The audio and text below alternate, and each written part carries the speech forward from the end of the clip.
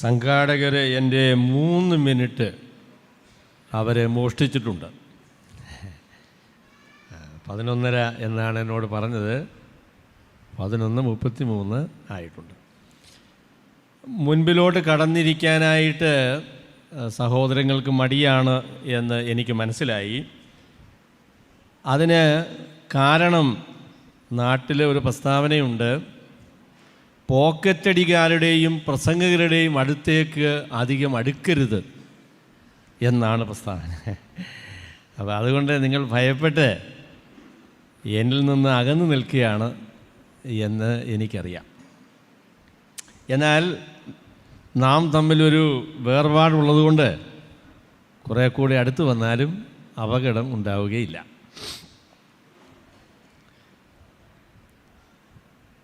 ഇന്ന് നമ്മൾ ചിന്തിക്കുന്നത്, അല്ലെങ്കിൽ ഈ മണിക്കൂറിൽ നമ്മൾ ചിന്തിക്കുന്നത്, ദൈവത്തോടു കൂടെ നടക്കുവാനുള്ള ഈ മഹാഭാഗ്യം നമുക്ക് എങ്ങനെയാണ് കിട്ടിയത്, ഈ മഹാഭാഗ്യം നമുക്ക് എങ്ങനെയാണ് ലഭിച്ചത്. ക്രിസ്തീയ ജീവിതത്തിലെ ഒരു വലിയ അപകടം സുവിശേഷത്തെ മാറ്റി നിർത്തി ക്രിസ്തീയ ജീവിതം നയിക്കാനുള്ള നമ്മുടെ ശ്രമമാണ്. രക്ഷിക്കപ്പെടാനായിട്ട് സുവിശേഷം വേണം, പിന്നെ സുവിശേഷം മറക്കാം. നമ്മളുടെ തീരുമാനവും ശക്തിയും കൊണ്ട് ക്രിസ്തീയ ജീവിതം നയിക്കാം എന്ന് ചിന്തിക്കാൻ സാധ്യതയുണ്ട്. അത് അപകടകരമായ ചിന്തയാണ്. ദൈവത്തോടുള്ള ബന്ധം സ്ഥാപിക്കുവാനുള്ള മുഖാന്തരം സുവിശേഷമാണ്. ദൈവത്തോടുള്ള ബന്ധം സ്ഥാപിച്ചതിന് ശേഷം നമുക്ക് നടക്കാനുള്ള പാത അതും സുവിശേഷം തന്നെ ആണ്. പ്രസിദ്ധമായിരിക്കുന്നൊരു പ്രസ്താവനയുണ്ട്. അതിങ്ങനെയാണ്: നമ്മെ സംബന്ധിച്ച് ഏറ്റവും പ്രധാനപ്പെട്ട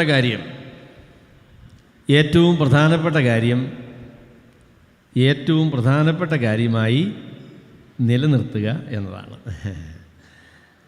ഇംഗ്ലീഷിൽ പറയാം, the most important thing is to keep the most important thing as the most important thing.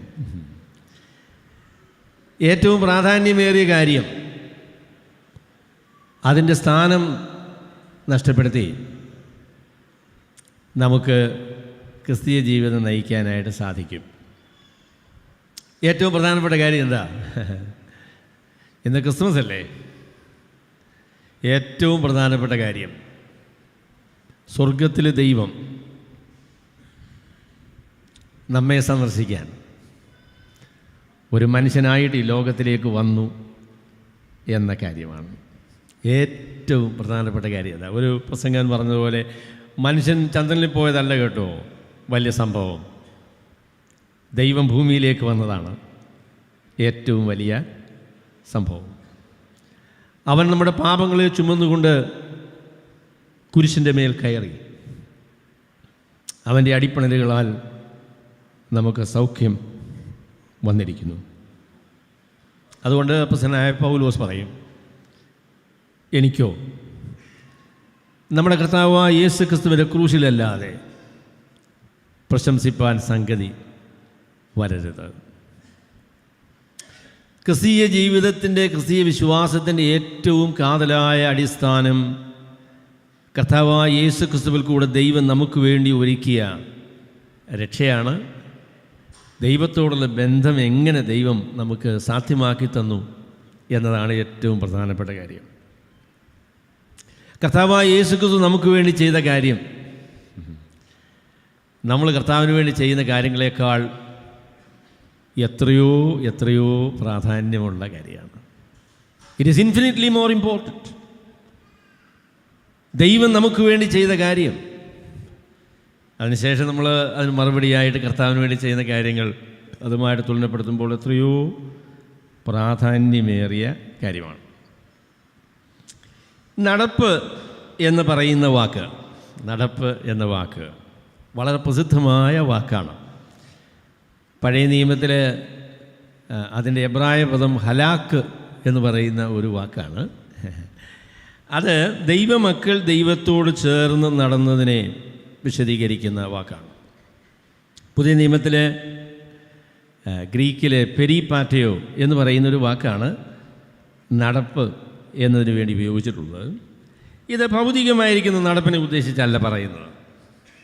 പിന്നെയോ നമ്മുടെ ജീവിതയാത്രയെക്കുറിച്ചാണ് അത് പറയുന്നത്.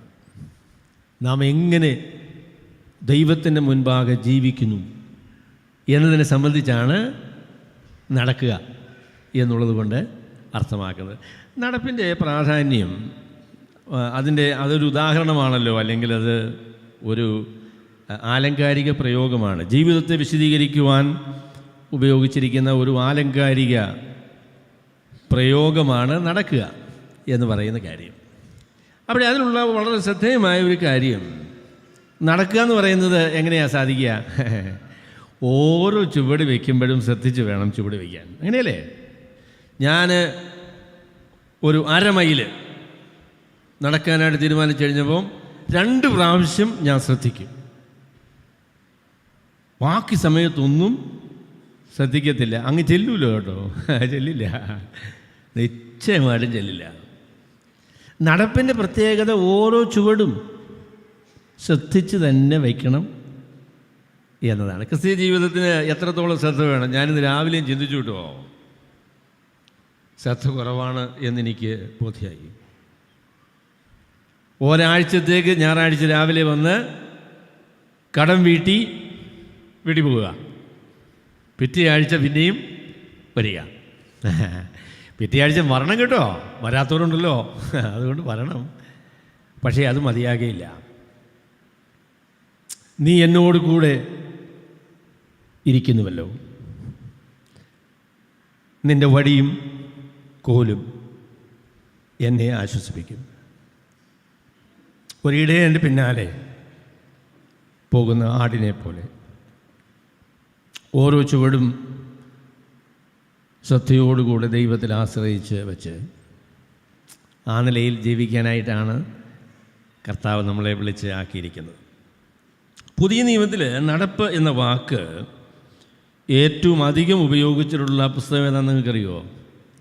ഏറ്റവും അധികം ഉപയോഗിച്ചിട്ടുള്ള ഈ പുസ്തകം എഫേസ്യ ലേഖനമാണ്. എഫേസ്യ ലേഖനത്തിലാണ് ഈ നടപ്പിനെക്കുറിച്ച് ഒരുപാട് കാര്യം അദ്ദേഹം പറയുന്നുണ്ട്. എന്നാൽ നടപ്പിനെക്കുറിച്ച് സംസാരിക്കുന്നതിന് മുന്നമേ ഇതെങ്ങനെയാണ് സാധിക്കുന്നത് എന്ന കാര്യത്തെക്കുറിച്ച് അദ്ദേഹം നമ്മളോട് പറയുന്നു.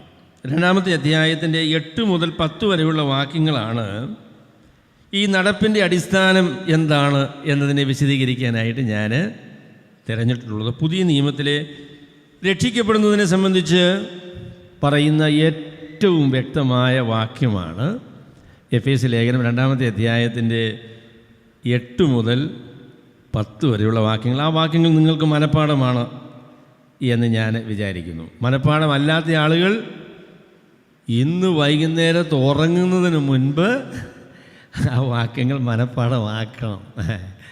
അല്ലാതെ ഉറങ്ങിയാൽ എനിക്ക് സങ്കടമാകും എന്ന് ഞാൻ പറയത്തുള്ളൂ. അതത്രയ്ക്ക് പ്രാധാന്യമുള്ള വാക്യമാണ്. നിങ്ങൾക്കിത് മനഃപ്പാഠമാണ്, എനിക്കറിയാം. ശരി, നമുക്ക് ആ വാക്യത്തിലേക്ക് വരാം. നടപ്പ് എന്ന വാക്ക് അതിനകത്ത് ഉണ്ട് കേട്ടോ. നടപ്പ് എന്ന് പറയുന്നതായിരിക്കുന്ന വാക്ക് അതിലുണ്ട്.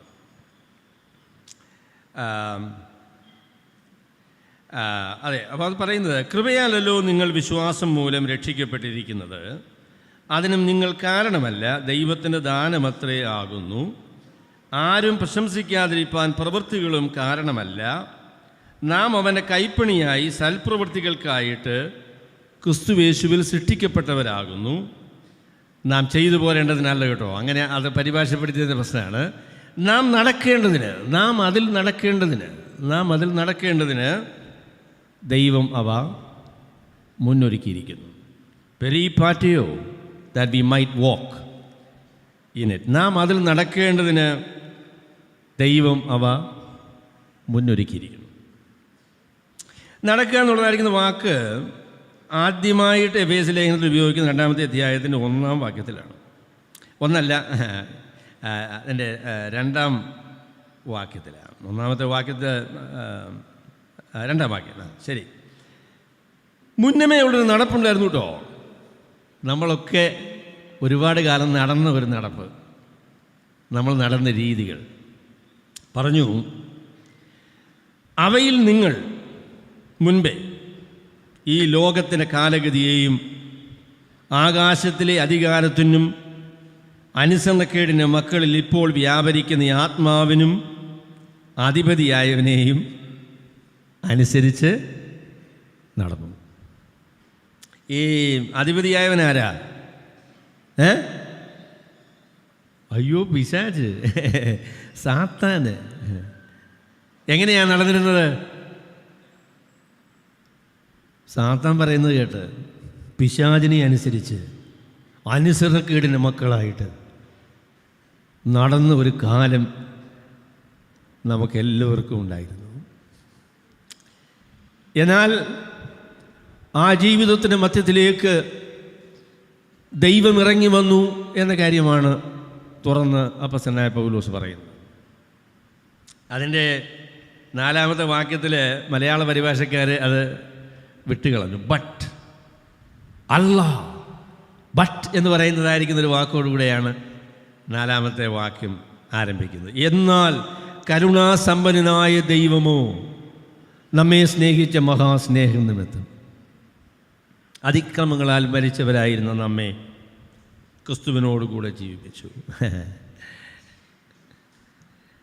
എൻ്റെ പ്രിയ സഹോദരങ്ങളെ, ഞാൻ പറയട്ടെ, സുവിശേഷം എന്ന് പറയുന്നത് അന്ധകാരപൂർണമായ ജീവിതത്തിലേക്ക് പ്രതീക്ഷയും പ്രത്യാശയുമില്ലാത്ത പിശാചിനെ അനുസരിച്ച് തന്നിഷ്ടമനുസരിച്ച് തോന്നിയതുപോലെ ജീവിച്ച മനുഷ്യരുടെ മധ്യത്തിലേക്ക്, അവരുടെ ഹൃദയങ്ങളിലേക്ക് ഇറങ്ങി വന്ന് അവരുടെ ജീവിതത്തെ രൂപപ്പെടുത്തുന്ന, അവരുടെ നടപ്പിന് വ്യതിയാനം വരുത്തുന്ന, അതിൻ്റെ ദിശയ്ക്ക് വ്യതിയാനം വരുത്തുന്ന പരിപാടിയാണ് സുവിശേഷം. സുവിശേഷം എന്ന് പറയുന്ന ഒരു യു ടേൺ ആകട്ടോ. നടന്നു പോയ ആ വഴിയിൽ നിന്ന്, ദിശയിൽ നിന്ന് you take a U turn, നേരെ തിരിഞ്ഞ് പിശാചിനെയും അവൻ്റെ പരിപാടികളെയും ജഡത്തെയും അതിൻ്റെ മോഹങ്ങളെയും അതിൻ്റെ വഴികളെയും ഒക്കെ വിട്ട് കർത്താവിൻ്റെ പിന്നാലെ വരുവാൻ തീരുമാനിക്കുന്ന, അതിന് ദൈവം ആ നിലയിൽ നമ്മളെ ക്രമപ്പെടുത്തുന്ന ക്രമീകരണമാണ് സുവിശേഷം എന്ന് പറയുന്നത്. രക്ഷയെക്കുറിച്ച് 5-ാമത്തെ വാക്യത്തിൽ താൻ ഒരു പ്രസ്താവന നടത്തി. കൃപയാൽ അത്രേ നിങ്ങൾ രക്ഷിക്കപ്പെട്ടിരിക്കുന്നത് എന്ന് പറഞ്ഞു. അതിനുശേഷം അതിൻ്റെ വിശദീകരണമാണ് 8, 9, 10 വാക്യങ്ങളിൽ താൻ പറയുന്നത്. 8, 9, 10 വാക്യങ്ങൾ 2-ാമത്തെ അധ്യായത്തിൻ്റെ ഒരു സംക്ഷിപ്ത, അതുവരെ പറഞ്ഞ കാര്യത്തിൻ്റെ ഒരു സംക്ഷിപ്ത പ്രസ്താവനയാണ്. അപ്പോൾ ഞാൻ ഈ വാക്യത്തിൽ പറഞ്ഞിരിക്കുന്ന ഓരോ വാക്കും അതിൻ്റെ അർത്ഥം എന്താണ് എന്ന് നിങ്ങളോട് പറയാം എന്നാണ് വിചാരിക്കുന്നത്. നിങ്ങളത് കേട്ടിട്ടുള്ള വാക്കുകളാണ് എങ്കിലും നിങ്ങളിൽ പലർക്കും അതിൻ്റെ അർത്ഥം അറിയില്ല. ബൈബിൾ വായിക്കുമ്പോൾ ഒരു പ്രശ്നം ഞാൻ പറയാം. ബൈബിൾ വായിക്കുമെങ്കിലും ഫിലിപ്പോസ് ഷണ്ഡനോട് ചോദിച്ചതുപോലെ, എന്താ ചോദിച്ചത്? നീ വായിക്കുന്നത് ഗ്രഹിക്കുന്നുവോ എന്ന് ചോദിച്ചു. വളരെ ഷണ്ഡൻ എന്താ മറുപടി പറഞ്ഞേ? ഒരാൾ വ്യാഖ്യാനിച്ച് തരാതെ, വിശദീകരിച്ച് തരാതെ എങ്ങനെ മനസ്സിലാക്കുന്നത് എന്ന് ചോദിച്ചു. അപ്പോൾ ദൈവത്തിന് സഭയിൽ അതിനുള്ള കൃപ നൽകിയ ആളുകളുടെ ജോലി അതാ കേട്ടോ. ഞാൻ ഈ പല പ്രസംഗങ്ങളെക്കുറിച്ച് എനിക്ക് പരാതിയാണ്. അവിടുന്ന് ഇവിടുന്ന് നോക്കി എന്തെങ്കിലുമൊക്കെ പറഞ്ഞ് പ്രസംഗം അവസാനിപ്പിക്കുക, അതല്ലേ കേട്ടോ നമ്മുടെ ജോലി. ദൈവത്തിൻ്റെ വചനത്തിൽ പറഞ്ഞിരിക്കുന്ന കാര്യങ്ങൾ വിശദീകരിച്ചു കൊടുക്കുക, അതാണ് നമ്മുടെ ജോലി. വാക്യം വായിക്കുക, ആ വാക്യത്തിൽ എന്താണ് പറഞ്ഞത് എന്ന് മനുഷ്യർക്ക് പറഞ്ഞു കൊടുക്കുക, അതാണ് പ്രസംഗകൻ്റെ ജോലി.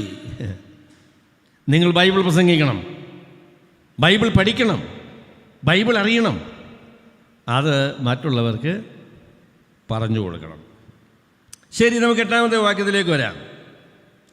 അപ്പം അതിലെ ആദ്യത്തെ പ്രസ്താവന കൃപയാലല്ലോ എന്ന് പറയുന്ന പ്രസ്താവനയാണ്. ഗ്രീക്ക് ബൈബിളിൽ നിങ്ങൾ വായിച്ചാൽ അങ്ങനെയാണ് അത് തുടങ്ങുന്നത്. ബൈ ഗ്രേസ് ടേക്കാറിറ്റി എന്ന് പറയുന്നതായിരിക്കുന്ന വാക്കാണ്. ടേഗാർക്കാറിറ്റി എന്ന് പറയുന്ന വാക്കാണ്. കൃപയാലല്ലോ. എന്നാൽ അവിടുത്തെ പ്രധാന പ്രസ്താവന എന്ന് പറയുന്നത് നിങ്ങൾ രക്ഷിക്കപ്പെട്ടിരിക്കുന്നു എന്ന് പറയുന്ന പ്രസ്താവനയാണ്. നിങ്ങൾ രക്ഷിക്കപ്പെട്ടിരിക്കുന്നു എന്ന് പറയുന്ന പ്രസ്താവന. കൃപയാലല്ലോ നിങ്ങൾ വിശ്വാസം മൂലം രക്ഷിക്കപ്പെട്ടിരിക്കുന്നു. അപ്പോൾ ഞാൻ ആദ്യമേ പറയാൻ ആഗ്രഹിക്കുന്നത് രക്ഷിക്കപ്പെട്ടിരിക്കുന്നു എന്ന് പറയുന്ന പ്രസ്താവനയാണ്. നിങ്ങൾ രക്ഷിക്കപ്പെട്ടിരിക്കുന്നു എന്ന് പറഞ്ഞാൽ അതിൻ്റെ അർത്ഥം എന്താ? നിങ്ങൾ രക്ഷിക്കപ്പെട്ടിരിക്കുന്നു. രക്ഷിക്കപ്പെടുക എന്ന് പറയുന്ന ആ വാക്ക്, നിങ്ങൾ രക്ഷിക്കപ്പെടുക, രക്ഷപ്പെടുക എന്ന് പറയുന്ന വാക്ക് നിങ്ങൾ പരിശോധിച്ചാൽ പല അർത്ഥത്തിൽ അത് പുതിയ നിയമത്തിൽ ഉപയോഗിച്ചിട്ടുണ്ട് എന്ന് നിങ്ങൾ കാണാം. രോഗസൗഖ്യം കിട്ടുന്നത് രക്ഷയാണ്, അല്ലെങ്കിൽ ആ വാക്കാണ് ഉപയോഗിച്ചിരിക്കുന്നത്. നിന്റെ വിശ്വാസം നിന്നെ രക്ഷിച്ചിരിക്കുന്നു. അതാരോടെ പറഞ്ഞേ? രക്തസ്രവമുള്ള സ്ത്രീയോട് പറഞ്ഞു, നിന്റെ വിശ്വാസം നിന്നെ രക്ഷിച്ചിരിക്കുന്നു എന്ന് പറഞ്ഞാൽ രക്ഷപ്പെട്ടു എന്നല്ല കേട്ടോ. രക്ഷപ്പെട്ട് കാണുമായിരിക്കും, പക്ഷേ കർത്താവ് ഉദ്ദേശിച്ചത് നിന്റെ വിശ്വാസം നിനക്ക് രോഗസൗഖ്യം തന്നു എന്നാണ്. അപ്പോഴേ രക്ഷയെന്നുള്ള വാക്ക് രോഗസൗഖ്യത്തിന് വേണ്ടി ഉപയോഗിക്കാം. പഴയ നിയമത്തിൽ രക്ഷയെന്നുള്ളത് പ്രധാനമായും ആപത്തിൽ നിന്നും ശത്രുക്കളിൽ നിന്നും ബുദ്ധിമുട്ടുകളിൽ നിന്നും ഒക്കെയുള്ള വിടുതലിന് വേണ്ടിയാണ് പ്രധാനമായിട്ടും ആ വാക്ക് ഉപയോഗിച്ചിട്ടുള്ളത്. എന്നാൽ ആ അർത്ഥത്തിലല്ല ഇവിടെ ആ വാക്ക് ഉപയോഗിക്കുന്നത്. കാരണം രക്ഷയെന്നുള്ള വാക്ക് ഞാൻ പറഞ്ഞല്ലോ, 5-ാമത്തെ വാക്യത്തിൽ ഉപയോഗിച്ചിട്ടുണ്ട്.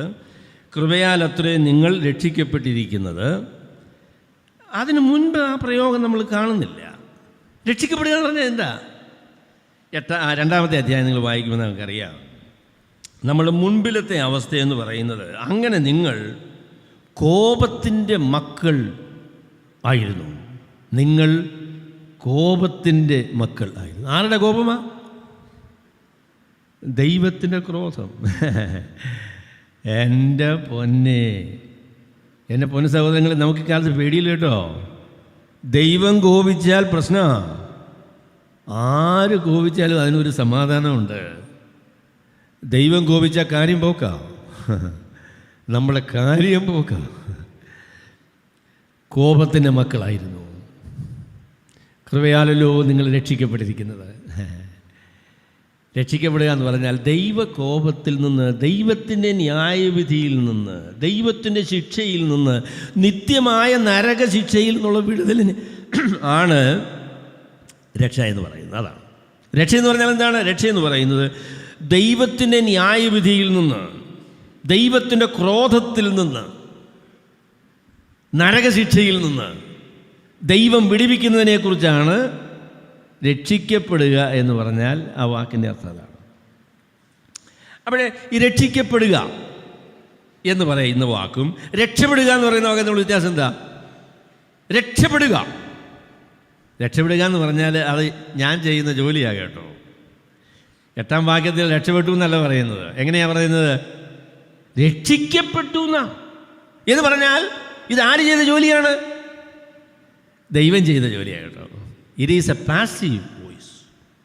ഇത് ദൈവം ചെയ്ത പ്രവൃത്തിയാണ്, അല്ലാതെ ഞാൻ ചെയ്ത പ്രവൃത്തിയല്ല.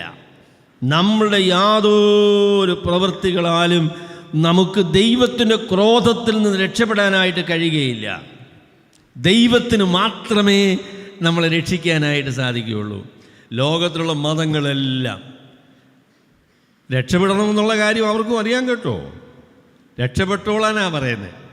നിങ്ങൾ എന്തെങ്കിലുമൊക്കെ ചെയ്ത് മലയിൽ കയറി, മലയിൽ നിന്നിറങ്ങി, ഇതിലൂടെ പോയി, ഇതിലൂടെ വന്ന് കാശ് കൊടുത്ത് രക്ഷപ്പെട്ടു പോയ പൊരിച്ച സന്തോഷമൊക്കെ ഉണ്ടായിരുന്നു. തിരിച്ചു വരുമ്പോൾ മലയ്ക്ക് പോകുന്ന ആളുകൾ കാണും, അല്ലേ, പുറയിൽ അല്ലെങ്കിൽ റോഡിൽ കൂടെ ഒക്കെ കാണുമായിരിക്കും. എന്നാലും ഞാൻ പയ്യെ പറയാം, പോകുന്ന സമയത്ത് സന്തോഷം ഉണ്ടായിരുന്നു കേട്ടോ. തിരിച്ചു വരുമ്പോൾ അണ്ടി കളഞ്ഞാണ് കൂട്ട് ഇനി വരുക. ഒന്നും കിട്ടിയില്ലെന്ന്, വെറുതെ പോയതാ. കാശും കളഞ്ഞു, തെള്ളും കൊണ്ടു പോയേച്ചിങ്ങ് വരുക. രക്ഷപ്പെടുകയില്ല. ദൈവം രക്ഷിക്കണം. ദൈവത്തിനല്ലാതെ നമ്മെ രക്ഷിക്കാനായിട്ട് ആർക്കും സാധിക്കുകയില്ല. രക്ഷിക്കപ്പെട്ടു എന്ന് പറഞ്ഞാൽ ദൈവം രക്ഷിച്ചു എന്നാണ് അതിൻ്റെ അർത്ഥം.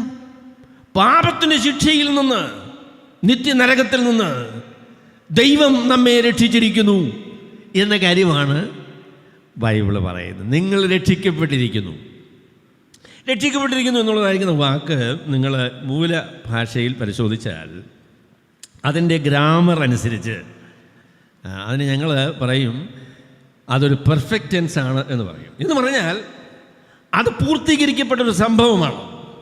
അത് പൂർത്തീകരിക്കപ്പെട്ട ഒരു സംഭവമാണ്. രക്ഷപ്പെട്ടു എന്ന് പറഞ്ഞാൽ അതിൻ്റെ അർത്ഥം എന്താണെന്ന് അറിയാമോ? രക്ഷിക്കപ്പെട്ടു എന്ന് പറഞ്ഞാൽ അതിൻ്റെ അർത്ഥം എന്താ? രക്ഷിക്കപ്പെട്ടു എന്ന് തന്നെയാണ് അതിൻ്റെ അർത്ഥം. രക്ഷ ഇങ്ങോട്ട് വന്നു, കുറച്ച് നേരം നിന്നു, പിന്നെ അങ്ങ് പോയി. അങ്ങനെയുള്ള ചില കാര്യങ്ങളൊക്കെ ഉണ്ട്. ഇങ്ങനെ വരും, വന്നു കഴിഞ്ഞ് നമ്മളൊന്ന് പിടിക്കും, പിന്നെ കൈ അങ്ങ് വിടും, വന്ന പോലെ ഇതങ്ങ് പോകും. അങ്ങനെ രക്ഷിക്കപ്പെടുന്ന ഒരുപാട് ആൾക്കാരുണ്ട്. ഇപ്പം ഞാൻ നാളെ രക്ഷിക്കപ്പെട്ട ആരെന്ന്, പക്ഷേ പോയി. എൻ്റെ പോന്നെ അങ്ങനെ രക്ഷിക്കപ്പെടുന്ന പരിപാടിയില്ലെന്നേ. രക്ഷിക്കപ്പെട്ടിരിക്കുന്നു എന്ന് പറയുന്നത് പൂർത്തീകരിക്കപ്പെട്ട, ഒരിക്കലായി സംഭവിക്കുന്ന, ദൈവം ചെയ്യുന്ന അത്ഭുതകരമായിരിക്കുന്ന വിടുതലിൻ്റെ പരിപാടിയാണ് രക്ഷ എന്ന് പറയുന്നത്. നിങ്ങൾ രക്ഷിക്കപ്പെട്ടിരിക്കുന്നു, നിങ്ങൾ രക്ഷിക്കപ്പെട്ടിരിക്കുന്നു. പെർഫെക്റ്റ് ടെൻസ് എന്ന് പറഞ്ഞാൽ വേറെ ഒരു കാര്യം കൂടി ഉണ്ട് കേട്ടോ. അതിൽ ഒന്നാമത്തെ കാര്യം പൂർത്തീകരിക്കപ്പെട്ട പ്രവൃത്തിയാണ് എന്നതാണ് അതിൻ്റെ ആദ്യത്തെ അർത്ഥം. രണ്ടാമത്തെ അർത്ഥം പൂർത്തീകരിക്കപ്പെട്ട പ്രവൃത്തിയുടെ ഫലം വർത്തമാനകാലത്ത് തുടരുന്നു എന്നാണ് അതിൻ്റെ രണ്ടാമത്തെ ഭാഗം. പൂർത്തീകരിക്കപ്പെട്ടു, അതുകൊണ്ട് ഞാൻ രക്ഷിക്കപ്പെട്ടു കേട്ടോ. എങ്ങനെയുണ്ട് അതിൻ്റെ വ്യത്യാസം, അനുഭവമൊക്കെ? അതൊന്നും അങ്ങനെ വലിയ കാര്യമായിട്ടില്ല. അത് രക്ഷിക്കപ്പെട്ടല്ല, വെറുതെ രക്ഷിക്കപ്പെട്ട ആളിൻ്റെ രക്ഷയുടെ അനുഭവം, അതിൻ്റെ വ്യതിയാനത്തിൻ്റെ അനുഭവം, രക്ഷയുടെ സന്തോഷം, അതിൻ്റെ നിർബന്ധം, ഇതൊക്കെ ജീവിതത്തിൽ നിരന്തരമായി തുടരുന്ന കാര്യമാണ്. അത് ഒരിക്കൽ നമ്മളിനി കർത്താവിൻ്റെ അടുക്കൽ ചെല്ലുമ്പോൾ മാത്രമേ പിന്നെ അങ്ങനെ ഒരു നിയന്ത്രണത്തിന് ആവശ്യമില്ല.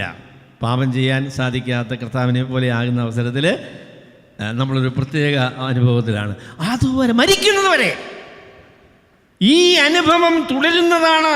അല്ലെങ്കിൽ അതിൻ്റെ ഫലം, അതിൻ്റെ നിർബന്ധം, അതിൻ്റെ പ്രത്യേകത എന്ന് പറയുന്നതെല്ലാം തുടരുന്നതാണ്. അപ്പോൾ അതാണ് രക്ഷിക്കപ്പെട്ടിരിക്കുന്നു എന്ന് പറയുന്നതായിരിക്കുന്ന പ്രയോഗം. അതാണ്. എങ്ങനെയാണ് രക്ഷിക്കപ്പെട്ടത്? രക്ഷിക്കപ്പെട്ടിരിക്കുന്നു.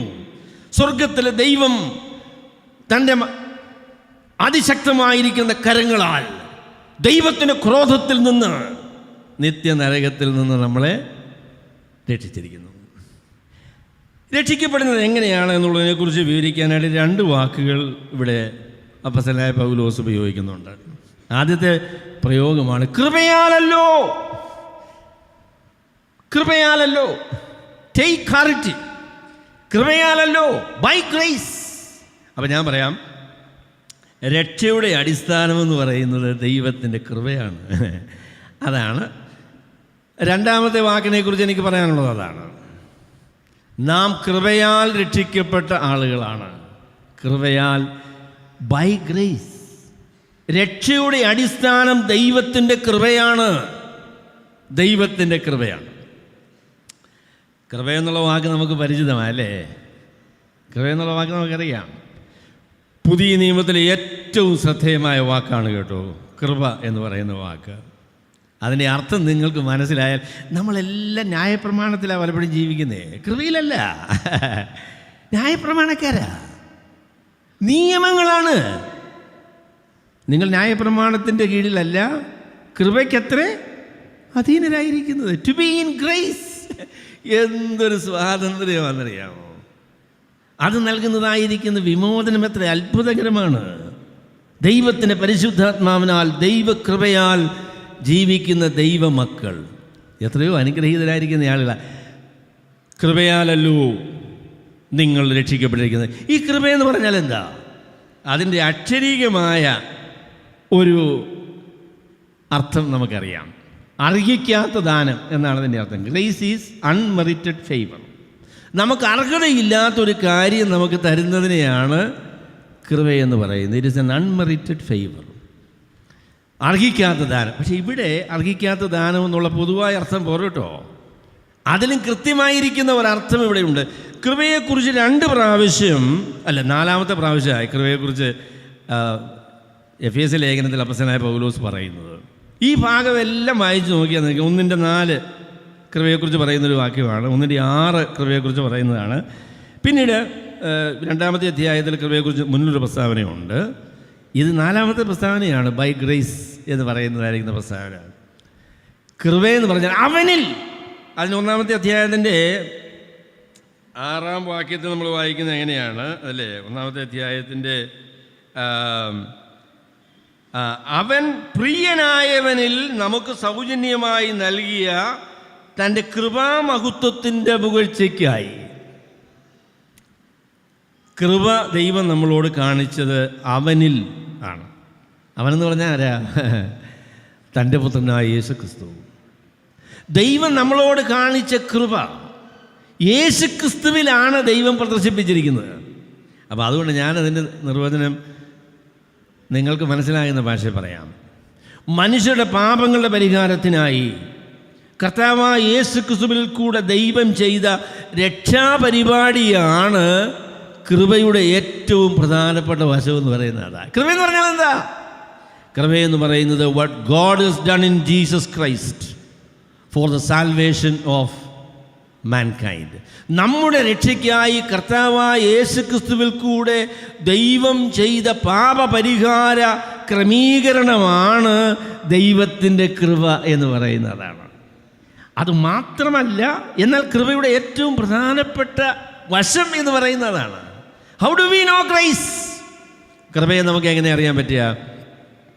കൃപയെ നമ്മൾ മനസ്സിലാക്കുന്നത് ലുക്ക് ടു ദ ക്രോസ്. ക്രൂശിലേക്ക് നോക്കിയാണ് ദൈവത്തിൻ്റെ കൃപയുടെ ധനം, അതിൻ്റെ അഗാധമായ മർമ്മം നമുക്ക് ഗ്രഹിക്കാനായിട്ട് സാധിക്കുന്നത്. സ്വന്തം പുത്രനെ ആദരിക്കാതെ നമുക്ക് വേണ്ടി ഏൽപ്പിച്ചു തന്നവൻ യേശുക്രിസ്തു നമ്മുടെ പാപങ്ങളെ ചുമന്നുകൊണ്ട് അതിന് ശിക്ഷ വഹിച്ചുകൊണ്ട് നമുക്ക് പകരക്കാരനായി ദൈവത്തിൻ്റെ ക്രോധം സഹിച്ച് നമുക്ക് വേണ്ടി മരിച്ചു, അടക്കപ്പെട്ടു, ഉയർത്തെഴുന്നേറ്റു. അതിലൂടെ ദൈവം നമ്മുടെ പാപങ്ങൾക്ക് പരിഹാരം വരുത്തി എന്ന ആ ക്രമീകരണമാണ് ദൈവകൃപ എന്ന് പറയുന്നത്. എങ്ങനെയാണ് രക്ഷിക്കപ്പെടുന്നത്? കൃപയാലല്ലോ നിങ്ങൾ രക്ഷിക്കപ്പെട്ടിരിക്കുന്നത്. സ്വർഗത്തിലെ ദൈവം നമ്മെ രക്ഷിച്ചത് നമ്മളുടെ ശിക്ഷ യേശുക്രിസ്തുവിൻ്റെ മേൽ ചുമത്തി നമുക്ക് പകരക്കാരനായി അവനെ കുരിശിൽ തറച്ചു കൊന്ന് നമ്മുടെ പാപത്തിൻ്റെ ശിക്ഷ പൂർണ്ണമായി പരിഹരിച്ച് ദൈവമനെ മരിച്ചവിടയിൽ നിന്ന് 3-ാം നാൾ ഉയർത്തെഴുന്നേൽപ്പിച്ച് യേശുക്രിസ്തു വരുത്തിയ പാപപരിഹാരം ദൈവത്തിന് പൂർണ്ണമായും സ്വീകാര്യമാണ് എന്ന് തെളിയിച്ചുകൊണ്ട് യേശുക്രിസ്തുവിൽ കൂടെ നമ്മുടെ പാപങ്ങൾക്ക് ദൈവം വരുത്തിയ പരിഹാരമാണ് ഈ ദൈവകൃപ എന്ന് പറയുന്നതാണ്. That is the grace. That is grace. എങ്ങനെയാണ് രക്ഷിക്കപ്പെട്ടത്? കൃപയാലല്ലോ നിങ്ങൾ രക്ഷിക്കപ്പെട്ടിരിക്കുന്നത്. പ്രിയ സഹോദരങ്ങളെ, ഞാൻ പറയാം, രക്ഷയ്ക്കുള്ള ഏക അടിസ്ഥാനം നമുക്ക് വേണ്ടി കർത്താവായ യേശുക്രിസ്തു ചെയ്ത പ്രവൃത്തിയാണ്. മറ്റൊന്നുകൊണ്ടും മനുഷ്യർക്ക് രക്ഷിക്കപ്പെടുവാൻ കഴിയുകയില്ല. ആകാശത്തിൻ്റെ കീഴിൽ മനുഷ്യരുടെയിൽ പാപമോചനത്തിനും വീണ്ടെടുപ്പിനുമായി യേശുക്രിസ്തു എന്ന ഏക നാമമല്ലാതെ വേറെ ഒരു നാമമില്ല. യേശുക്രിസ്തുവിൻ്റെ പ്രവൃത്തിയാണ് നമ്മുടെ രക്ഷയുടെ അടിസ്ഥാനം എന്ന് പറയുന്നത്. നാം രക്ഷിക്കപ്പെട്ടിരിക്കുന്നു. നാം രക്ഷിക്കപ്പെട്ടിരിക്കുന്നു. എങ്ങനെയാണ് രക്ഷിക്കപ്പെട്ടത്? കൃപയാലല്ലോ നിങ്ങൾ രക്ഷിക്കപ്പെട്ടിരിക്കുന്നത്. കർത്താവായ യേശുക്രിസ്തുവിൽ കൂടെ ദൈവത്തിൻ്റെ കൃപയുടെ പ്രദർശനമായ യേശുക്രിസ്തുവിൻ്റെ പാപപരിഹാര ബലിയിലൂടെ ദൈവം നമ്മെ രക്ഷിക്കുന്നു എന്ന കാര്യമാണ് ബൈബിൾ പറയുന്നത്. രക്ഷയുടെ അടിസ്ഥാനം ദൈവത്തിൻ്റെ കൃപയാണ്. By grace you are saved. നിങ്ങൾ രക്ഷിക്കപ്പെട്ടിരിക്കുന്നത്, രക്ഷിക്കപ്പെട്ട ആളാണെങ്കിൽ ദൈവത്തിൻ്റെ കൃപയാലാണ്. യേശുക്രിസ്തുവിൽ കൂടെ ദൈവം ചെയ്ത രക്ഷാ പരിപാടിയിലൂടെയാണ്, അതിൽ കൂടെ മാത്രമാണ് നാം രക്ഷിക്കപ്പെട്ടിരിക്കുന്നത്. ഇനി 3-ാമത്തെ വാക്ക് എന്താ പറഞ്ഞത്? കൃപയാലല്ലോ നിങ്ങൾ വിശ്വാസം മൂലം വിശ്വാസം മൂലം രക്ഷിക്കപ്പെട്ടിരിക്കുന്നു. മൂലമെന്ന് പറഞ്ഞാൽ എന്താ? മൂലമെന്ന് പറഞ്ഞാൽ വേറൊന്നൊരർത്ഥമുണ്ടല്ലേ? വേറൊരർത്ഥമുണ്ട്. എന്താ മൂലം എന്ന് പറഞ്ഞാൽ? കാരണം, വഴി എന്ന് പറയുന്ന അർത്ഥം. അതുകൊണ്ട് ആ അർത്ഥമാണ് ഇവിടെ പറയുന്നത്. വിശ്വാസം മൂലം, വിശ്വാസം മുഖാന്തരം, വിശ്വാസം വഴിയായി നമ്മൾ രക്ഷിക്കപ്പെട്ടിരിക്കുന്നു. അതാണ് മൂന്നാമത്തെ പ്രസ്താവന. ദൈവം കൃപയാൽ ഒരുക്കിയ രക്ഷ നാം സ്വീകരിക്കുന്നത് വിശ്വാസം വഴിയാണ്. അതാണ് ബൈബിൾ പറയുന്നത്. ദൈവം കൃപയാൽ ഒരുക്കിയ രക്ഷ നാം സ്വീകരിക്കുന്നത് വിശ്വാസത്താലാണ്. വിശ്വാസം കൂടാതെ രക്ഷിക്കപ്പെടുവാൻ, ദൈവത്തെ പ്രസാദിപ്പിക്കുവാൻ ആർക്കും കഴിയുകയില്ല. വിശ്വാസം മാത്രം. യഥാർത്ഥത്തിൽ റെഫർമേഷൻ്റെ കാലത്ത് പറഞ്ഞ വളരെ പ്രസിദ്ധമായിരിക്കുന്ന മാത്രമെന്ന് പറയുന്ന കുറേ പ്രസ്താവനകളുണ്ട് കേട്ടോ. അതിൽ ആദ്യത്തെ പ്രസ്താവന കൃപയാൽ മാത്രം, രണ്ടാമത്തെ പ്രസ്താവന വിശ്വാസത്താൽ മാത്രം. വിശ്വാസത്താൽ മാത്രം.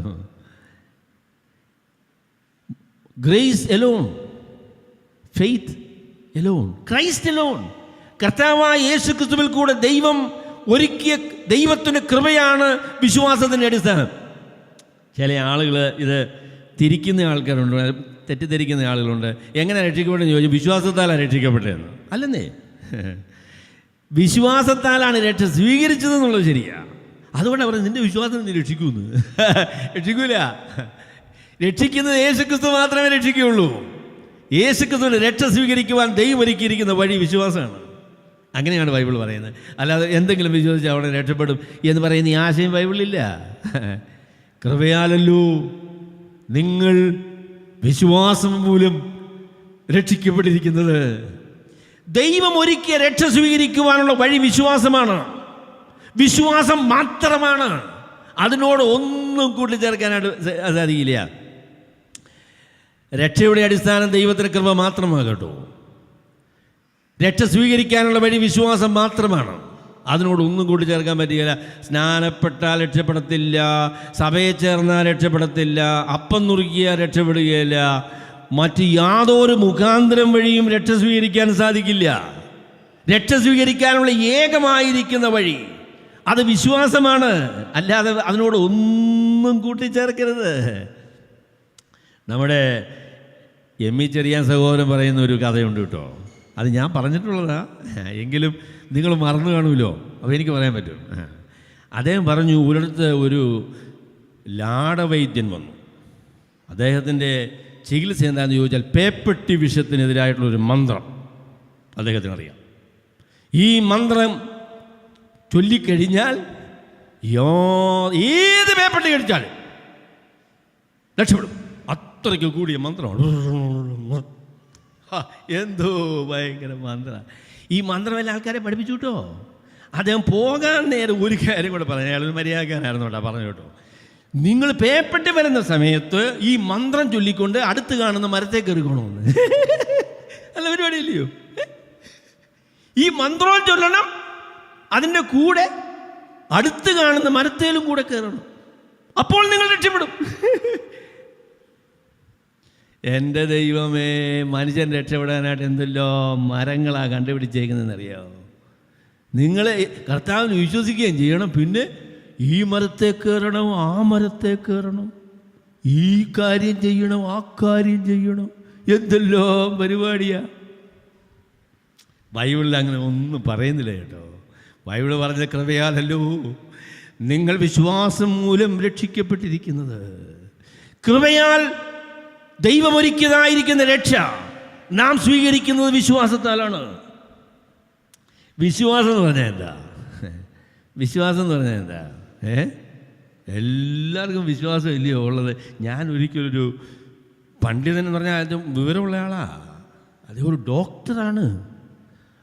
ഞാൻ പറഞ്ഞു യേശുക്രിസ്തുവിൽ വിശ്വസിക്കണമെന്ന് പറഞ്ഞു. അപ്പം അതിനോട് പറയുക, എൻ്റെ കുഞ്ഞെ അതല്ലയോ വേണ്ടിയത്, അതല്ലയോ വേണ്ടിയത്. അപ്പം ഞാൻ ചോദിച്ചു, ഡോക്ടർ എന്തുവാ വിശ്വസിക്കണം? അതൊന്നും കാര്യമില്ല, നമുക്ക് വിശ്വാസം വേണം. വിശ്വാസം ഇല്ലാതെ ഒന്നും നടക്കത്തില്ല. പറഞ്ഞു വന്നപ്പോൾ വിശ്വാസത്തിലുള്ള വിശ്വാസമാണ് അദ്ദേഹത്തിൻ്റെ വിശ്വാസം. വിശ്വസിക്കണം, അല്ലെങ്കിൽ എങ്ങനെ നടക്കുന്നതെന്ന് കാര്യം എന്താ വിശ്വസിക്കുന്നത് ചോദിച്ചപ്പോൾ അതൊന്നും പ്രശ്നമല്ലാന്ന്. അത് ബൈബിളിൽ പറയുന്ന വിശ്വാസമല്ല കേട്ടോ. ബൈബിളിലെ വിശ്വാസത്തിന് 3 ഭാഗമുണ്ട്. ബൈബിളിലെ വിശ്വാസത്തിന് 3 ഭാഗമുണ്ട്. അതിലൊന്നാമത്തെ ഭാഗമെന്ന് പറയുന്നത് വിശ്വസിക്കുന്ന ഉള്ളടക്കമാണ്, വിശ്വാസത്തിൻ്റെ ഉള്ളടക്കമാണ്. അതിനെ നമ്മൾ നോളജ് എന്ന് പറയും. ലാറ്റിൻ ഭാഷയിലാണെങ്കിൽ നോഷിയ എന്ന് പറയും. നോളജ്. ഈ വിശ്വസിക്കുന്നു എന്ന് ഒരാൾ പറയുന്ന ഉടനെ നിങ്ങൾ ചോദിക്കേണ്ട ചോദ്യം എന്താണെന്നറിയാമോ? എന്താ വിശ്വസിക്കുന്നത് എന്ന് ചോദിക്കണം. ഞാൻ വിശ്വസിക്കുന്നു, യേശുക്രിസ്തു എനിക്ക് വിശ്വാസമാണ്. കുഞ്ഞെ, എന്താ നീ വിശ്വസിക്കുന്നത് യേശുക്രിസ്തുവിനെ സംബന്ധിച്ച്? യേശുക്രിസ്തു ഒരു നല്ല മനുഷ്യനായിരുന്നു, കർത്താവ് ഒരുപാട് ഗുണം ചെയ്തിട്ടുണ്ട്, നല്ല ആളാണ്, ഞാൻ അദ്ദേഹത്തിൽ വിശ്വസിക്കുന്നു, അദ്ദേഹത്തെ പോലെ ജീവിക്കണമെന്നാണ് എൻ്റെ ആഗ്രഹം, അതാണ് എൻ്റെ വിശ്വാസം. രക്ഷിക്കില്ല കേട്ടോ, ആ വിശ്വാസം നിങ്ങളെ രക്ഷിക്കില്ല. രക്ഷിക്കുന്ന വിശ്വാസത്തിൻ്റെ ഉള്ളടക്കം കർത്താവായ യേശുക്രിസ്തുവിൻ്റെ പാപപരിഹാര ബലിയിലുള്ള വിശ്വാസമാണ്. അതാണ് അതിൻ്റെ ഉള്ളടക്കം എന്ന് പറയുന്നത്. എൻ്റെ പാപങ്ങളുടെ പരിഹാരത്തിനായി എൻ്റെ സ്ഥാനത്ത് എനിക്ക് വേണ്ടി എൻ്റെ കർത്താവ് മരിച്ചു, അടക്കപ്പെട്ടു, ഉയർത്തെഴുന്നേറ്റു എന്ന് ഞാൻ വിശ്വസിക്കുന്നു. ആ വിശ്വാസം ഇല്ലാത്ത ഒരുത്തനും വിശ്വസിച്ചിട്ടില്ല. വിശ്വാസത്തിൻ്റെ ആദ്യ ഭാഗമെന്ന് പറയുന്നത് അറിവാണ്, സുവിശേഷത്തെക്കുറിച്ചുള്ള അറിവാണ്. അതുകൊണ്ട് അപ്പോസ്തലനായ പൗലോസ് പറയും, അയക്കാതെ എങ്ങനെ പോകും, പോകാതെ എങ്ങനെ പ്രസംഗിക്കും, പ്രസംഗം കേൾക്കാതെ എങ്ങനെ വിശ്വസിക്കുമെന്ന്.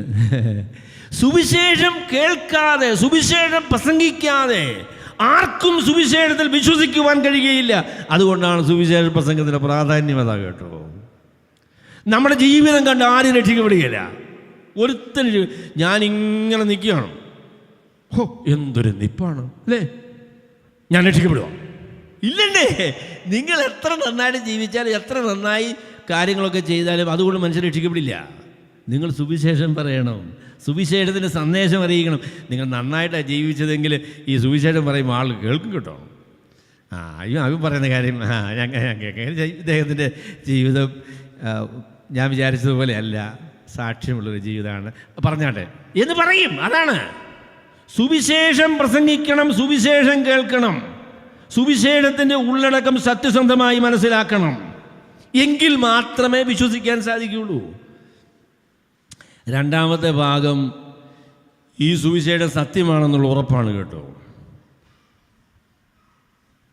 അതിന് പറയുന്നത് ഫിഡൂഷ്യ എന്നാണ് പറയുന്നത്. യേശുക്രിസ്തു 2000 വർഷങ്ങൾക്ക് മുൻപ് ഈ ലോകത്തിൽ വന്നു. അവൻ കാൽവരിയിലെ കുരിശിൽ മരിച്ചു, അടക്കപ്പെട്ടു, ഉയർത്തെഴുന്നേറ്റു.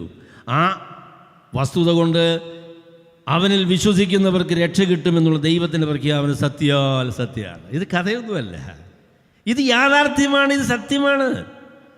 യേശുക്രിസ്തുവിനെക്കുറിച്ച് അറിയാവുന്ന പല ആളുകളും കർത്താവ് ചെയ്ത കാര്യം വിശ്വസിക്കുന്ന ആളുകളല്ല, സത്യമാണെന്ന് വിശ്വസിക്കുന്ന ആളുകളല്ല. യേശുക്രിസ്തു മരിച്ചു എന്നൊക്കെ പറയും, അതൊക്കെ കഥയാണെന്നേ, അങ്ങനെ രക്ഷപ്പെടാനൊക്കെയല്ല.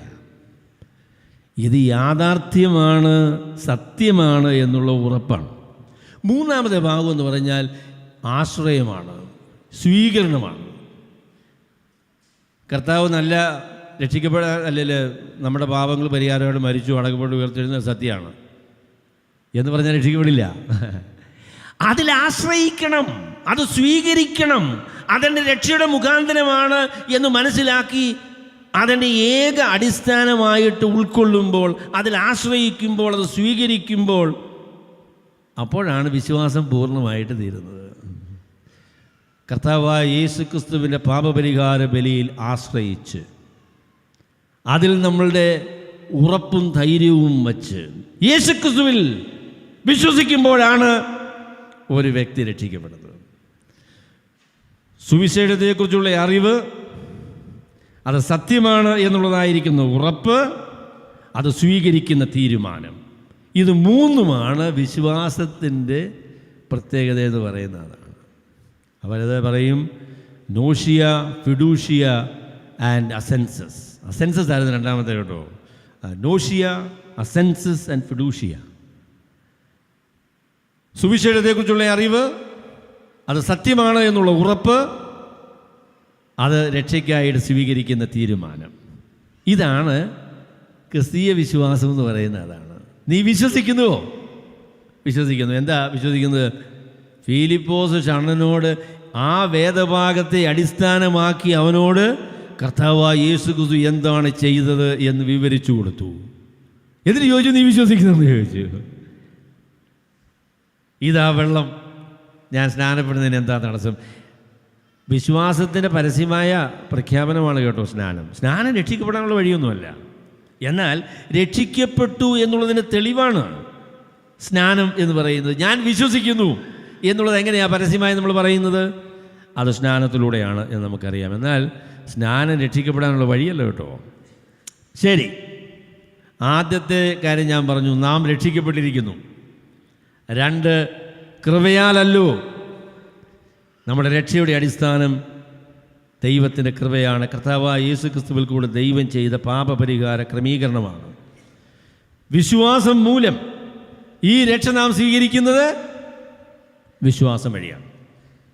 ശരി, അടുത്ത പ്രസ്താവന, അടുത്ത വാക്ക്, 4-ാമത്തെ കാര്യം പറഞ്ഞപ്പോൾ പറഞ്ഞു, അതിനും നിങ്ങൾ കാരണമല്ല.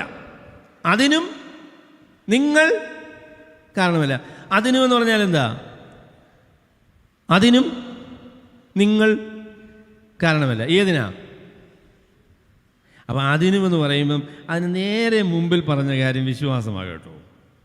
അതിന് നേരെ മുമ്പിൽ പറഞ്ഞത് കൃപയാലല്ലോ നിങ്ങൾ വിശ്വാസം മൂലം രക്ഷിക്കപ്പെട്ടിരിക്കുന്നത്. അതിനും എന്ന് പറഞ്ഞ ഏതിനാണ്?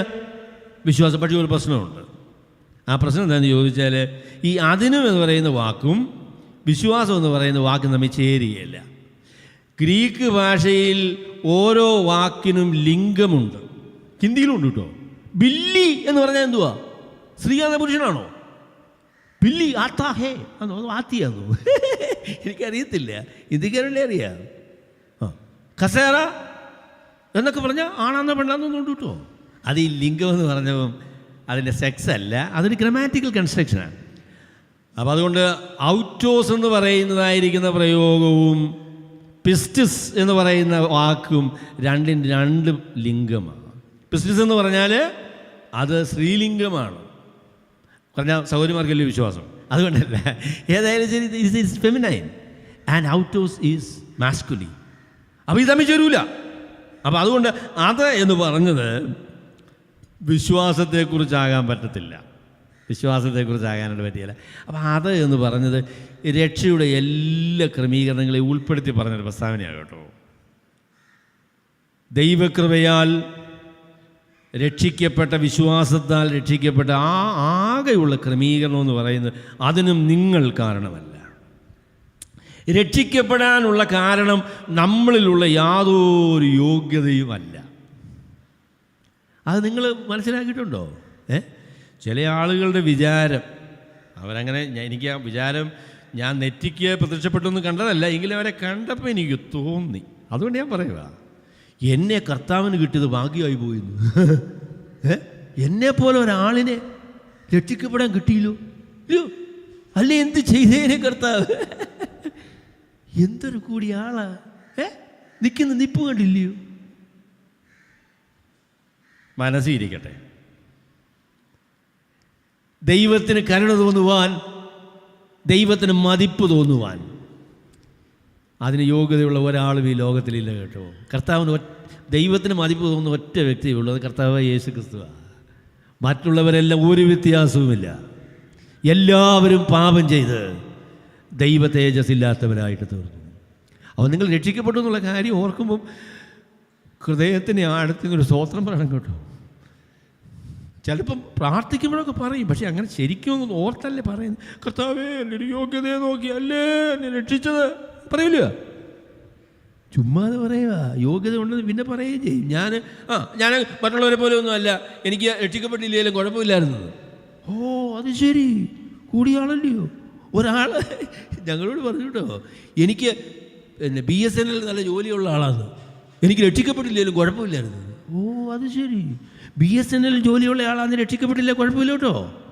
അതൊരു പുതിയ അറിവാ. നല്ല കാര്യം. മനസ്സിരിക്കട്ടെ, അതിനും നിങ്ങൾ കാരണമല്ല. നമ്മളിലുള്ള യാതൊരു യോഗ്യതയും നോക്കിയല്ല. ചില അർമീനിയൻസ് പറയും കേട്ടോ, രക്ഷിക്കപ്പെടാനുള്ള കാരണം എന്താ? ഞാൻ വിശ്വസിക്കുമെന്നുള്ള കാര്യം കർത്താവിന് അറിയാമായിരുന്നു. അപ്പോൾ അത് നോക്കിയിട്ടാണ് കർത്താവ് എന്നെ തിരഞ്ഞെടുത്തത്. എന്നെ നോക്കിയപ്പം കൊള്ളാം, ഇവൻ വിശ്വസിക്കും കേട്ടോ, അവനെ തിരഞ്ഞെടുക്കാം എന്ന് പറയുന്ന ആൾക്കാരുണ്ട്. അതാണ് അർമീനിയൻ തിയോളജി എന്ന് പറയുന്നതാ.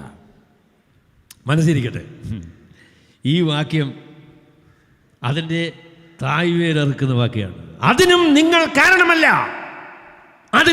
കാരണമല്ല, ദൈവത്തിന് കൃപയാണ് അതിൻ്റെ കാരണം, അല്ലാതെ മനുഷ്യർ ചെയ്യുന്ന യാതൊരു നന്മയുമല്ല, മനുഷ്യരിലുള്ളതായിരിക്കുന്ന യാതൊരു പ്രത്യേകതയുമല്ല.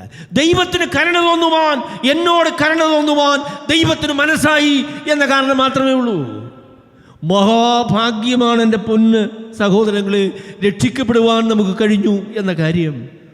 ദൈവത്തിന് മുൻപാകെ നെടുമ്പാട് വീണ് സ്വർഗത്തിലെ ദൈവത്തിന് നിത്യതയോളം നന്ദി പറയുവാൻ കാരണമായ വസ്തുതയാണ് സ്വർഗത്തിലെ ദൈവം നമ്മെ രക്ഷിക്കുവാൻ തീരുമാനിച്ചു എന്ന കാര്യം. വിശ്വസിക്കാനുള്ള ഉത്തരവാദിത്വം ഉണ്ട് കേട്ടോ, അതൊക്കെ അതിൽ ഉൾപ്പെടുന്ന കാര്യമാണ്. പക്ഷെങ്കിൽ ദൈവത്തിൻ്റെ മുഖത്തേക്ക് നോക്കുമ്പോൾ പറയാനുള്ളത്, വൈ ലോർഡ്, എന്നോട് കരുണ തോന്നുവാൻ നിനക്ക് മനസ്സായല്ലോ, എന്നെ തിരഞ്ഞെടുക്കുവാൻ, രക്ഷ എനിക്ക് നൽകുവാൻ, എന്നെ രക്ഷിക്കുവാൻ നിനക്ക് മനസ്സായല്ലോ എന്നതാണ് നമുക്ക് കർത്താവിനോട് പറയാനായിട്ടുള്ളത്. അപ്പം നമ്മളുള്ളതൊന്നുമല്ല. അടുത്ത ഒരു കാര്യം കൂടെ പറഞ്ഞു കേട്ടോ, അതിനും നിങ്ങൾ കാരണമല്ല, ദൈവത്തിൻ്റെ ദാനമത്രേ ആകുന്നു. ദൈവത്തിൻ്റെ ദാനമത്രേ ആകുന്നു. ക്രിസ്മസ് ദൈവത്തിൻ്റെ ദാനത്തിൻ്റെ സന്ദേശമാണ് അല്ലേ? ക്രിസ്മസിൻ്റെ ദാനമെന്ന് പറയുന്നത്, അമേരിക്കയിലൊക്കെ ആണെങ്കിൽ ക്രിസ്മസ് ട്രീ ഉണ്ട്, അതിൻ്റെ ചുവട്ടിൽ ഇങ്ങനെ അവർ ആ സമ്മാനമൊക്കെ ഇങ്ങനെ കെട്ടി റാപ്പ് ചെയ്തിടും. അതാണ് ക്രിസ്മസ് സന്ദേശം. അതല്ല കേട്ടോ സമ്മാനം, അല്ലല്ല. ക്രിസ്തുമസിൻ്റെ സമ്മാനം എന്ന് പറയുന്നത് തൻ്റെ സ്വന്തം പുത്രനെ നമ്മളുടെ രക്ഷയ്ക്കായിട്ട് ഈ ലോകത്തിലേക്ക് അയച്ച ആ സമ്മാനമാണ് ക്രിസ്തുമസിൻ്റെ സമ്മാനം എന്ന് പറയും. തൻ്റെ പുത്രനാണ് ഈ സമ്മാനം, അവനിൽ കൂടെ ലഭിച്ച രക്ഷയാണ് ദൈവം നമുക്ക് നൽകിയതായിരിക്കുന്ന സമ്മാനം. അടുത്ത പ്രസ്താവന പറയാം, ആരും പ്രശംസിക്കാതിരിപ്പാൻ പ്രവർത്തികളും കാരണമല്ല. ആരും പ്രശംസിക്കാതിരിക്കാൻ. സഹോദരങ്ങളെ, ഞാൻ പറയാം, നമ്മളെല്ലാവരും പ്രശംസിക്കാനായിട്ട് ഇങ്ങനെ കുതിച്ച് നിൽക്കുന്ന ആൾക്കാരാണ് കേട്ടോ. എന്തെല്ലാം കാര്യത്തെക്കുറിച്ചാണ് പ്രശംസ, ഇല്ലയോ? എൻ്റെ കൈ കണ്ടോ,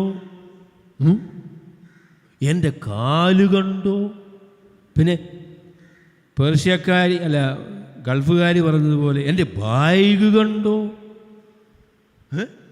എൻ്റെ കാറ് കണ്ടോ, വീട് കണ്ടോ, എന്തെല്ലാം കാര്യമാണ് നമ്മളിപ്പോൾ കാണണ്ടേ. പൊങ്ങച്ചമാണ് മനുഷ്യൻ്റെ, ആത്മീയന്മാരുടെ പോലും ഏറ്റവും വലിയ അപകടം അതാകട്ടോ. പൊങ്ങച്ചം, വ്യർത്ഥത, പ്രശംസിക്കുക. രക്ഷയെ സംബന്ധിച്ച് പ്രശംസിക്കുക യാതൊരു സ്ഥാനവുമില്ല. ആരുമെന്ന് പറഞ്ഞതിനകത്ത് എത്ര ആൾക്കാരുണ്ട്? അയ്യോ, എല്ലാവരും ഉണ്ട്. ആരും പ്രശംസിക്കാതിരിക്കേണ്ടതിന് പ്രവൃത്തികളും കാരണമല്ല. നമ്മൾ ചെയ്യുന്ന യാതൊരു സൽപ്രവൃത്തികളും നമ്മൾ രക്ഷിക്കപ്പെടുവാനുള്ള കാരണമല്ല. അത് ആണ് സുവിശേഷത്തിൻ്റെ ഏറ്റവും പ്രധാനപ്പെട്ട കാര്യം. അതാ കേട്ടോ, നാം ചെയ്യുന്ന ഒരു കാര്യവും, ഒരു പ്രവൃത്തിയും, ഒരു സൽപ്രവൃത്തിയും, ഒരു മതകർമ്മവും നമ്മളെ രക്ഷിക്കുവാൻ പര്യാപ്തമല്ല. അതാണ് ക്രിസ്തീയ സുവിശേഷവും മറ്റുള്ള മതങ്ങളും നമ്മളുടെ വ്യത്യാസം. അതാ, മനുഷ്യരെല്ലാവരും പ്രവർത്തിച്ച് രക്ഷപ്പെടാനിരിക്കുക. എന്നാൽ ബൈബിൾ പറയുന്ന കാര്യം എന്താണെന്നറിയാമോ? ആരും പ്രശംസിക്കാതിരിക്കേണ്ടതിന് പ്രവൃത്തികളും ബഹുവചനമാണ്. പ്രവൃത്തികളും കാരണമല്ല. നമ്മളുടെ യാതൊരു പ്രവൃത്തിയും നമ്മളെ രക്ഷയ്ക്ക് കാരണമല്ല എന്നുള്ളത് കൊണ്ട് നമുക്ക് പ്രശംസിക്കാനായിട്ട് യാതൊരു കാര്യവുമില്ല. നമ്മളുടെ പ്രശംസ ദൈവത്തിലായിരിക്കണം. ഈ പ്രസംഗിക്കുന്ന എനിക്കും കേൾക്കുന്ന നിങ്ങൾക്കും പ്രശംസ എന്ന് പറഞ്ഞാൽ വലിയ കാര്യമാണ്. ഞാൻ ഇന്ന ആളാണ്, ഞാൻ ഇന്നതുപോലെ കർത്താവിന് വേണ്ടി ചെയ്യുന്നു, ഈ ഇതിലൊക്കെയാണ്. ഭക്തിയെക്കുറിച്ച് പറഞ്ഞാൽ തന്നെ എന്തൊരു ഭക്തിയല്ലേ എന്നൊക്കെ പറഞ്ഞ് പ്രശംസിക്കാനാണ് മനുഷ്യരുടെ വിചാരം. ദൈവത്തിന് മുമ്പാകെ ഒന്നും പ്രശംസിക്കണ്ട കേട്ടോ. നാം ആകുന്നത് ദൈവത്തിൻ്റെ കൃപയാലാണ്. പ്രശംസയ്ക്ക് യാതൊരു സ്ഥാനവുമില്ല. ഇതാണ് രക്ഷയുടെ സന്ദേശം എന്ന് പറയുന്നത്. ഇതാ കേട്ടോ, കൃപയാലല്ലോ നിങ്ങൾ വിശ്വാസം മൂലം രക്ഷിക്കപ്പെട്ടിരിക്കുന്നത്, അതിനും നിങ്ങൾ കാരണമല്ല, ദൈവത്തിൻ്റെ ദാനമത്രേ ആകുന്നു. ആരും പ്രശംസിക്കാതിരിക്കാൻ പ്രവൃത്തികളും കാരണമല്ല. അടുത്ത വാക്യം പല നമ്മൾ പറയത്തില്ലേ ചിലപ്പോഴും, അത് വിട്ടുകളയും. വലിയ കൂടിയ വാക്യമാണ്. വാക്യം എന്തോ പറയുന്നത്, അത് വിശദീകരിക്കാനായിട്ട് എനിക്ക് സമയമില്ല കേട്ടോ. അത് എനിക്ക് 5 മിനിറ്റേ ഉള്ളൂ, ഞാൻ എങ്കിലും വേഗം പറയാം. അവിടെ പറയുന്നത് 10ാമത്തെ വാക്യത്തിൽ പറയുന്നതെന്നറിയോ? അദ്ദേഹം പറഞ്ഞു, നാം അവൻ്റെ കൈപ്പണിയായി. അതുകൊണ്ട് എന്ന് പറയുന്നൊരു വാക്കുകൂടെ അതിനകത്തുണ്ട് കേട്ടോ. അത് പക്ഷേ പരിഭാഷപ്പെടുത്തിയിട്ടില്ല. അതുകൊണ്ട് ആകയാൽ നാം അവൻ്റെ കൈപ്പണിയായി സൽപ്രവർത്തികൾക്കായിട്ട് ക്രിസ്തുയേശുവിൽ സൃഷ്ടിക്കപ്പെട്ടവരാകുന്നു. നാം ചെയ്തു പോരേണ്ടതിന് ദൈവം അവ മുന്നൊരുക്കിയിരിക്കുന്നു. ഈ പ്രസ്താവന പാട്ട് പാടാൻ ഇവർക്കൊരാഗ്രഹം ഉള്ളതുപോലെ എനിക്ക് തോന്നുന്നു. പാടിക്കളി. അപ്പം അതുകൊണ്ട് അതിന് മുന്നേ ഞാനൊരു കാര്യം പറയാം. അതായത് ചോദിച്ചാൽ, മനുഷ്യര് നാം രക്ഷിക്കപ്പെട്ടിരിക്കുന്നത് പ്രവൃത്തികളാലല്ല, എന്നാൽ നമ്മെ രക്ഷപ്പെടുത്തിയിരിക്കുന്നത് പ്രവൃത്തികൾക്കു വേണ്ടിയാണ്. അതാ ബൈബിൾ പറയുന്നത്. അവൻ സൽപ്രവർത്തികൾക്കായിട്ട് നമ്മെ കൈപ്പണിയായി വീണ്ടും ജനിപ്പിച്ചിരിക്കുന്നു, അല്ലെങ്കിൽ സൃഷ്ടിച്ചിരിക്കുന്നു എന്ന കാര്യമാണ് പറഞ്ഞത്. വി ആർ ദ പൊയീമ, ദൈവത്തിൻ്റെ കരങ്ങളിലെ ശില്പമായി ദൈവം നമ്മളെ സൃഷ്ടിച്ചിരിക്കുന്നു. എന്തിനു വേണ്ടി സൃഷ്ടിച്ചിരിക്കുന്നത്? സൽപ്രവർത്തികൾക്കായിട്ട് ക്രിസ്തുയേശുവിൽ സൃഷ്ടിക്കപ്പെട്ടവരാകുന്നു.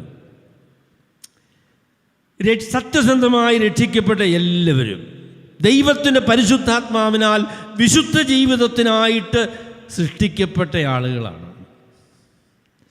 നിങ്ങളുടെ ജീവിതത്തിൽ രക്ഷിക്കപ്പെട്ടൊരു യാതൊരു വ്യത്യാസവും ഇല്ലെങ്കിൽ രക്ഷിക്കപ്പെട്ടതല്ല കേട്ടോ, അല്ല. രക്ഷിക്കപ്പെടുക എന്ന് പറയുന്നത് ഒരു പുതിയ സൃഷ്ടിയാണ്. It is A new creation. ഭൂമി ഉണ്ടാകട്ടെ എന്ന് പറഞ്ഞപ്പം സൃഷ്ടിക്കപ്പെട്ടു എന്നുള്ള ആദ്യ സൃഷ്ടിയെക്കുറിച്ച് നമുക്കറിയാം. അതുപോലെ അത്ഭുതകരമായിട്ട് കർത്താവായ യേശു ക്രിസ്തുവിൽ കൂടെ ദൈവം ചെയ്ത അത്ഭുതകരമായ പ്രവൃത്തിയാണ് രക്ഷിക്കപ്പെടുക എന്ന് പറയുന്ന കാര്യം. അതിൽ ദൈവം നമ്മളെ സൽപ്രവൃത്തികൾക്കായിട്ട് സൃഷ്ടിച്ചിരിക്കുകയാണ്. അതുകൊണ്ട് സൽപ്രവൃത്തി ചെയ്യാനുള്ള കഴിവും അതിനുള്ള ക്രമീകരണവും അതിനുള്ള ഊർജവും എല്ലാം തന്നാണ് നമ്മളെ രക്ഷിക്കപ്പെടുത്തിയിരിക്കുന്നത്. അപ്പം അതുകൊണ്ട് ദൈവത്തിൻ്റെ ഹിതപ്രകാരം ജീവിക്കുവാനായിട്ട് വിശ്വാസികൾക്ക് കഴിയും. അതുകൊണ്ടാണ് പറഞ്ഞത്, നിങ്ങൾ നടക്കേണ്ടതിന് ദൈവം അത് മുന്നൊരുക്കിയിരിക്കുന്നു. വിശ്വാസികൾ എങ്ങനെയാണ് ജീവിക്കേണ്ടത് എന്നുള്ള ക്രമീകരണം സ്വർഗത്തിലെ ദൈവം തൻ്റെ വിശുദ്ധ ബൈബിളിലൂടെ വ്യക്തമായി നമ്മളോട് പറഞ്ഞിട്ടുണ്ട്. ഇനിയും അതനുസരിച്ച് ജീവിക്കാനുള്ള ശക്തിയും കരുത്തും ദൈവത്തിൻ്റെ പരിശുദ്ധാത്മാവിനാൽ ദൈവം നമുക്ക് നൽകിയിരിക്കുന്നു. അതുകൊണ്ട് കർത്താവിനോട് ചേർന്ന് നടക്കാനായിട്ട് നമുക്ക് സാധിക്കും. പഴയതെല്ലാം കഴിഞ്ഞുപോയി, കണ്ടാലും സകലതും പുതുതായിരിക്കുന്നു. ഞങ്ങൾ ഇനിയും മനുഷ്യരെ പണ്ട് കണ്ടതുപോലെ ഇനി കാണുന്നില്ല. കർത്താവായ യേശു ക്രിസ്തുവിനെയൊക്കെ ഞങ്ങൾ പണ്ട് വീക്ഷിച്ചൊരു രീതി ഉണ്ടായിരുന്നു, അതൊക്കെ കഴിഞ്ഞുപോയി. ഒരുവൻ ക്രിസ്തുവിലായാൽ അവൻ പുതിയ സൃഷ്ടിയാകുന്നു, പഴയതെല്ലാം കഴിഞ്ഞുപോയി, ഇതാ സർവവും പുതുതായിരിക്കുന്നു. പൊയ്മ, ആ വാക്കൂടെ പറഞ്ഞ് ഞാൻ അവസാനിപ്പിക്കാം. പൊയ്മ എന്ന് പറഞ്ഞാൽ ശില്പം എന്നാണ് അതിൻ്റെ അർത്ഥം. ശില്പം. പൊയ്മ എന്നുള്ള വാക്കൊരു പ്രാവശ്യം കൂടെ മാത്രമേ ബൈബിൾ ഉപയോഗിച്ചിട്ടുള്ളൂ. അത് റോമാലേഖനം 1-ാമത്തെ അധ്യായത്തിൽ ദൈവം സൃഷ്ടിച്ച് പ്രപഞ്ചത്തെ വിശദീകരിക്കാനായിട്ട് ഉപയോഗിച്ചിരിക്കുന്ന വാക്കാണ്. പ്രിയമുള്ളവരെ, നാം ദൈവത്തിൻ്റെ കരങ്ങളിലെ ശില്പമാണ്. ദൈവം രൂപപ്പെടുത്തുന്ന ഒരു ശില്പമാണ്. നിങ്ങൾക്കറിയാമോ, വിദഗ്ധനായിരിക്കുന്ന ഒരു ശില്പിയുടെ കയ്യിൽ ആദ്യമേ ഒരു ശില്പം അത് ലഭിക്കുമ്പോൾ എങ്ങനെയാ, ഒരു പാറ കഷ്ണം അല്ലെങ്കിൽ ഒരു മാർബിളിൻ്റെ കഷണമായിട്ടാണ് കിട്ടുന്നത്. പക്ഷെങ്കിൽ ആ ശില്പിയുടെ ഉള്ളിൽ ഇതേത് രൂപം പ്രാപിക്കണം എന്നുള്ളതിനെക്കുറിച്ചുള്ള തികഞ്ഞ ബോധ്യമുണ്ട്. അവൻ്റെ ഉളികളും ചുറ്റികളും ഒക്കെ എടുത്ത് സാവകാശം അതിൽ നിന്ന് ആവശ്യമില്ലാത്ത കാര്യങ്ങളൊക്കെ ചെത്തിമാറ്റി. അവസാനം വരുമ്പോൾ മോണാലിസ നമ്മൾ കണ്ടാൽ ചിരിച്ചു പോകും കേട്ടോ. ആ ശില്പം ഇങ്ങനെ ചിരിക്കുന്ന കണ്ടാൽ നമ്മളങ്ങ് ചിരിച്ചു പോകും. അങ്ങനെ ഉണ്ടാക്കി വെച്ചിരിക്കുക. ദൈവത്തിൻ്റെ കരങ്ങളിലെ ശില്പമാണ്.